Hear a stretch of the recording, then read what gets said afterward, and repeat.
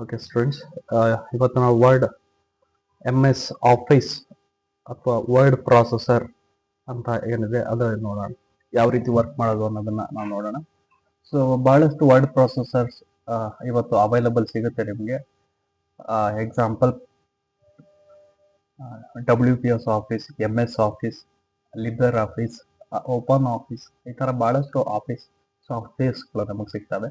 Majorly office functionalities ಯಾವ್ಯಾವುದು ಅಂದ್ರೆ document, Excel and presentation ಮೂರಾಗಿರುತ್ತೆ. ಈ ಡಾಕ್ಯುಮೆಂಟ್ ಅಂತ ಏನಿದೆ ಅದನ್ನ ನಾವು ವರ್ಡ್ ಪ್ರಾಸೆಸರ್ ಅಂತ ರೆಪ್ರೆಸೆಂಟ್ ಮಾಡ್ತಾ ಇದೀವಿ. ಸೊ ಒಂದು ವರ್ಡ್ ಪ್ರಾಸೆಸರ್ ಯೂಸರ್ ಇಂಟರ್ಫೇಸ್ ಏನಿದೆ ಅದರಲ್ಲಿ ಯಾವ ರೀತಿ ವರ್ಕ್ ಮಾಡ್ಬೋದು ಅನ್ನೋದು ನಾವು ಈ ಸೆಷನ್ ನಲ್ಲಿ ಕಲಿತೀವಿ. ನಾವು ಇದನ್ನ ಸೆಷನ್ ಅಲ್ಲಿ PPT ಅಥವಾ ಇದಕ್ಕಿಂತ ಹೆಚ್ಚಾಗಿ ಪ್ರಾಕ್ಟಿಕಲ್ ಡೆಮಾನ್ಸ್ಟ್ರೇಷನ್ ರೀತಿಯಲ್ಲಿ ಆಪ್ಷನ್ಸ್ ಅಂಡ್ ಮೆನುನ ಎಕ್ಸ್ಪ್ಲೈನ್ ಮಾಡ್ತೀನಿ. ಇದೇ ರಿಲೇಟೆಡ್ ನೋಟ್ಸ್ ನಿಮಗೆ ಸ್ಟಡಿ ಮೆಟೀರಿಯಲ್ ಅಲ್ಲಿ ಸಿಗತ್ತೆ. ಸೊ ಇಲ್ಲಿ ಒಂದು ಪ್ಲಸ್ ಸಿಂಬಲ್ ಕ್ಲಿಕ್ ಮಾಡಿದ್ರೆ ಅಥವಾ ನ್ಯೂ ಫಂಕ್ಷನ್, ನ್ಯೂ ಡಾಕ್ಯುಮೆಂಟ್ ಅಂತ ಓಪನ್ ಮಾಡಿದ್ರೆ ನಮಗೆ ಈ ರೀತಿಯ ಒಂದು ಫ್ರೇಮ್ ವರ್ಕ್ ಬರುತ್ತೆ. ನಾವು ಈ ಸೆಷನ್ ಅಲ್ಲಿ ಪೂರಾ ಈ ಆಪ್ಷನ್ ಸೆಟ್ಟಿಂಗ್ಸ್ ಏನೇನಿದೆ, ಮೆನು ಅಲ್ಲಿ ಏನೇನಿದೆ, ಎಲ್ಲ ಪ್ಯಾರಾಮೀಟರ್ ಕಂಪ್ಲೀಟ್ ಯೂಸರ್ ಇಂಟರ್ಫೇಸ್ ಏನು ಅನ್ನೋದನ್ನ ನೋಡೋಣ. ಈ ಮೌಸ್ ಪಾಯಿಂಟರ್ ಎಂಟೈರ್ ಸೆಷನ್ ಅಲ್ಲಿ ನೀವು ಮೌಸ್ ಪಾಯಿಂಟರ್ ಎಲ್ಲಿ ಹೋಗ್ತಾ ಇದೆ ಅನ್ನೋದನ್ನ ನೀಟಾಗಿ ಅಬ್ಸರ್ವ್ ಮಾಡ್ಕೋಬೇಕಾಗತ್ತೆ.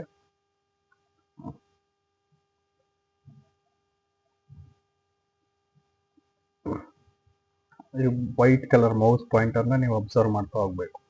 ಸೊ ನಾರ್ಮಲ್ ಆಗಿ ಎಲ್ಲಾ ವರ್ಡ್ ಪ್ರೊಸೆಸರ್ಲು ಒಂದು ಸ್ಟ್ಯಾಂಡರ್ಡ್ ಸೆಟ್ ಆಫ್ ಮೆನೂಸ್ ಇರುತ್ತೆ. ಆ ಮೆನೂಸ್ ಇಲ್ಲಿ ನಮ್ಗೆ ಕಾಣ್ತಾ ಇದೆ. Home, insert, page layout, reference, review, view, section, develop ಮತ್ತೆ ಕೆಲವೊಂದು ಆಪರೇಷನ್ಸ್ ಅಲ್ಲಿ ಬೇರೆ ಬೇರೆ ರೀತಿಯ ಸೆಟ್ಟಿಂಗ್ಸ್ಗಳು ಇರುತ್ತೆ. ಸೊ ಇಷ್ಟು ಆಪ್ಷನ್ಸ್ ಏನೇನು ಅಂತ ನಾವು ಅರ್ಥ ಮಾಡ್ಕೊಂಡ್ರೆ ನಾವು ವರ್ಡ್ ಪ್ರಾಸೆಸ್ ಕಲ್ತಂಕಿದೆ. ಸೊ ಇಲ್ಲಿ ವೈಟ್ ಏರಿಯಾ ಏನ್ ಕಾಣ್ತಾ ಇದೆ ಇದು ನಮ್ಮ ವರ್ಕಿಂಗ್ ಏರಿಯಾ ಆರ್ ಪೇಜ್ ಅಂತ ಹೇಳ್ತೀವಿ. ಸೊ ಇಲ್ಲಿ ಪೇಜ್ ನಾರ್ಮಲ್ ಆಗಿ ಒಂದು ಸೈಜ್ ಇರುತ್ತೆ. ಇದನ್ನ ಪೇಜ್ ಸೈಜ್ ನ ನಾವು ಡಿಫೈನ್ ಮಾಡ್ತೀವಿ. ಎರಡ್ ಮೂರು ರೀತಿಯಲ್ಲಿ ಕಾಣುತ್ತೆ. Web layout, page less view ಅಥವಾ ಮೊಬೈಲ್ ವ್ಯೂ, ಆ ತರ ಎಲ್ಲ ಸೆಟ್ಟಿಂಗ್ಸ್ ಇರುತ್ತೆ. ಸೊ ಮೇನ್ ಆಗಿ ನಮ್ಗೆ ನಮ್ಮ ಪೇಜ್ ಯಾವಾಗ್ಲೂ ಪೇಜ್ ಸೈಜ್ ಅಂತ ಬಂದ್ರೆ A4, ಈ ಪೇಜ್ ಸೈಜ್ A4 ಇಟ್ಕೋಬೇಕು. ಅವಾಗ ನಾವು ಪ್ರಿಂಟ್ ತೆಗಿಲಿಕ್ಕೆ ಈಸಿ ಆದಂತ ಒಂದು ಪೇಜ್ ಸೆಟ್ಟಿಂಗ್ ಆಗಿರುತ್ತೆ. ನಾರ್ಮಲ್ ಆಗಿ ಇದೇ ಸೈಜ್ ಅಲ್ಲಿ ಪೇಪರ್ಸ್ ಎಲ್ಲ ಅವೈಲಬಲ್ ಇರುತ್ತೆ. ನಾವು ಇಲ್ಲಿ ಟೈಪ್ ಏನ್ ಮಾಡ್ತೀವಿ, ನಂತರದಲ್ಲಿ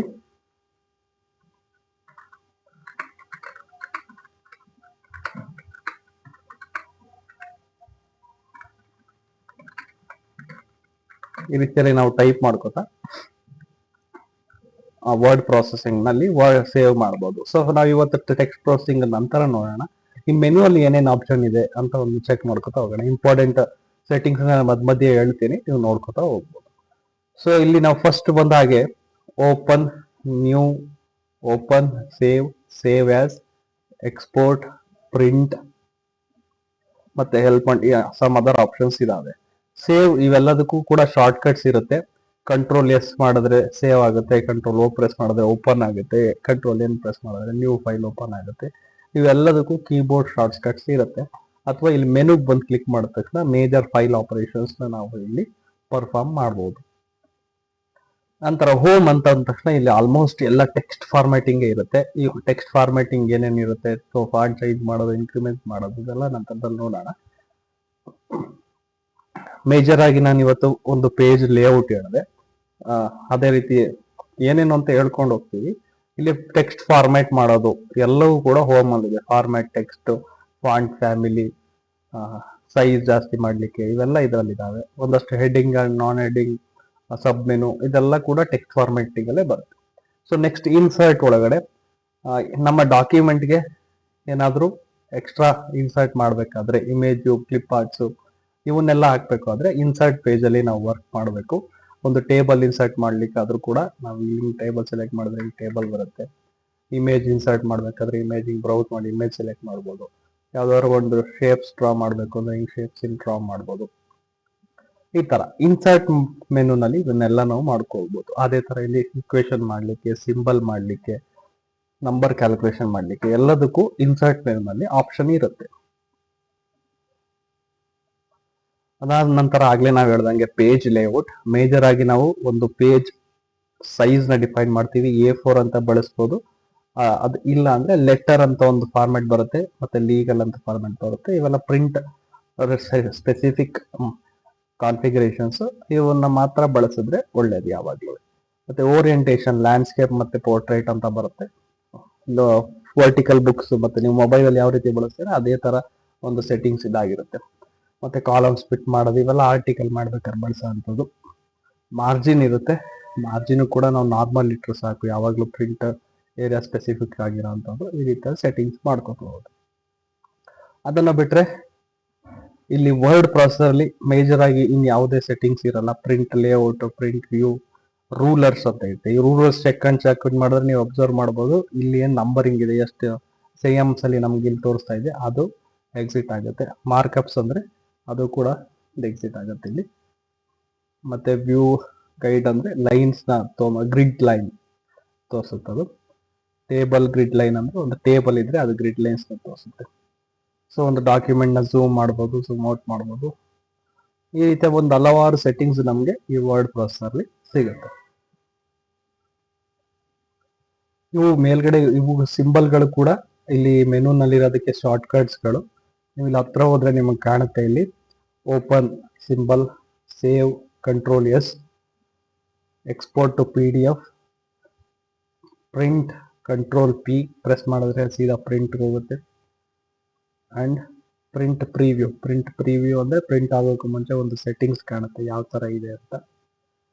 ಇವೆಲ್ಲವನ್ನು ನಾವು ಇಲ್ಲಿ ಕಂಟ್ರೋಲ್ ಮಾಡಬಹುದು.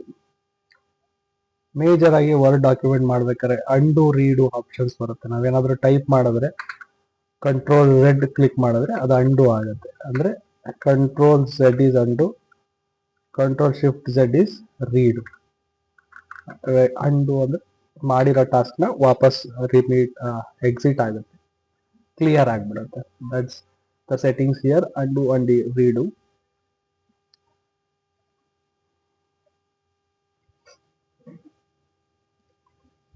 ಇಲ್ಲಿ ಮೆನು ಆಪ್ಷನ್ಸ್ ನಲ್ಲಿ ಇನ್ನೇನು ಬ್ಯಾಲೆನ್ಸ್ ಇದೆ ಅಂದ್ರೆ ಓಪನ್ ಕ್ಲಿಕ್ ಮಾಡಿದ್ರೆ ನಾವಿಲ್ಲಿ ಫೈಲ್ಸ್ ಯಾವಿದೆ ವರ್ಡ್ ಡಾಕ್ಯುಮೆಂಟ್ಸ್ ಕಾಣುತ್ತೆ. So Word documents formats similar to save ಹೋದಾಗ ಇಲ್ಲಿ ಕಾಮನ್ ಆಗಿ doc X Microsoft Word document, ಇದು ಡಾಕ್ ಎಕ್ಸ್ ಇಸ್ ಕಾಮನ್ ಆಗಿ ವರ್ಡ್ ಡಾಕ್ಯುಮೆಂಟ್ ಸೇವ್ ಆಗುತ್ತದೆ.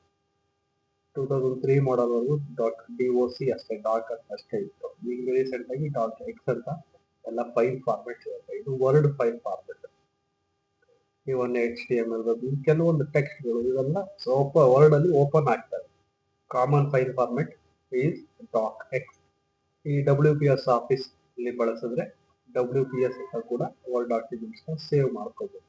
ಆದ್ರೆ ನೀವು ಅಕ್ರಾಸ್ ಡಿಫ್ರೆಂಟ್ ಸಾಫ್ಟ್ವೇರ್ ಅಂದ್ರೆ MS ಆಫೀಸ್ ಅಲ್ಲಿ ಮಾಡಿ, ಲಿಬರ್ ಆಫೀಸ್ ಅಲ್ಲಿ ಮಾಡಿ, ಓಪನ್ ಆಫೀಸ್ ಯಾವ್ದ್ರಲ್ಲಿ ಮಾಡಿದ್ರು ಕಾಮನ್ ಆಗಿ ಓಪನ್ ಆಗ್ಬೇಕು ಅಂದ್ರೆ ಡಾಕ್ ಎಕ್ಸ್ ಅಂತ ಏನಿರುತ್ತೆ ಈ ಫಾರ್ಮೆಟ್ ಅಲ್ಲಿ ನಾವು ಫೈಲ್ ನ ಸೇವ್ ಮಾಡಬೇಕು. ಓಪನ್ ಅದರಲ್ಲೇ ಆಗುತ್ತೆ. ಸೇವ್ ಆಪ್ಷನ್ ಅದೇ ತರ. ಇಲ್ಲಿ ಹೋದ ತಕ್ಷಣ ನಾವು ಇಲ್ಲಿ ಫೈಲ್ ನೇಮ್ ಕೊಡ್ಬೇಕಾಗುತ್ತೆ. ಎಕ್ಸ್ಟೆನ್ಷನ್ ಡಾಕ್ .doc ಎಕ್ಸ್ ಅಂತ ಈ ರೀತಿ ಒಂದು ನೇಮ್ ಕೊಟ್ಟು ನಾವು ಸೇವ್ ಅಂತ ಕ್ಲಿಕ್ ಮಾಡಿದ್ರೆ ಆ ಲೊಕೇಶನ್ ಒಳಗೆ ಯಾವ ಲೊಕೇಶನ್ ಇತ್ತು ಆ ಪಾಯಿಂಟ್ ಅಲ್ಲಿ ಅದು ಹೋಗಿ ಸೇವ್ ಆಗುತ್ತೆ. MS word actually user interface ನೀವು ಕಾಣ್ತಾ ಇರೋದು ಒಂದು ಇಮೇಜ್ ಅಲ್ಲಿ ಇದೆ, ಆ ತರ ಕಾಣುತ್ತೆ. ಅದೇ ತರ ಮೇಲ್ಗಡೆ ನೋಡಿದ್ರೆ ಇದು ಗೂಗಲ್ ಡಾಕ್ಯುಮೆಂಟ್ಸ್ ಒಂದು ಯೂಸರ್ ಇಂಟರ್ಫೇಸ್ ಕೂಡ ಆಗಿದೆ.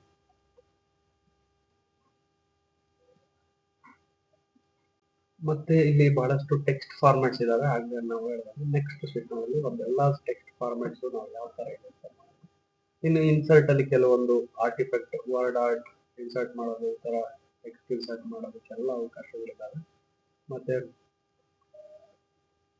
ರೀಡ್ ವ್ಯೂ ಫುಲ್ ಒಂದು ಡೆಸ್ಕ್ಟಾಪ್ ಲೆವೆಲ್ ರೀಡ್ ವ್ಯೂ ತರ ಬರುತ್ತೆ.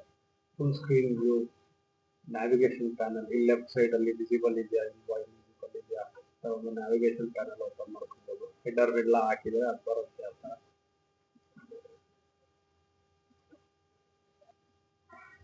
ಮತ್ತೆ ಪ್ರಿಂಟ್ ಆಪ್ಷನ್ಸ್ ಬಂದ್ರೆ ಇಲ್ಲಿ ಹೋಗಿ ನಾವು ಪ್ರಿಂಟ್ ಅಂತ ಹೋಗ್ಬೋದು. ಪ್ರಿಂಟ್ ಪ್ರಿವ್ಯೂ ಅಂದ್ರೆ ಈ ತರ ಒಂದು ಪ್ರಿವ್ಯೂ ಪೇಜ್ ಬರುತ್ತೆ, ಪ್ರಿಂಟ್ ಅಲ್ಲಿ ಯಾವ ತರ ಬರುತ್ತೆ ಅಂತ. ಮತ್ತೆ ನಂತರದಲ್ಲಿ ಡೈರೆಕ್ಟ್ ಪ್ರಿಂಟ್ ಅಂತ ಕ್ಲಿಕ್ ಮಾಡಿದ್ರೆ ಪ್ರಿಂಟ್ ಆಪ್ಷನ್ ಅಲ್ಲಿ ತಗೊಳ್ಳಿ.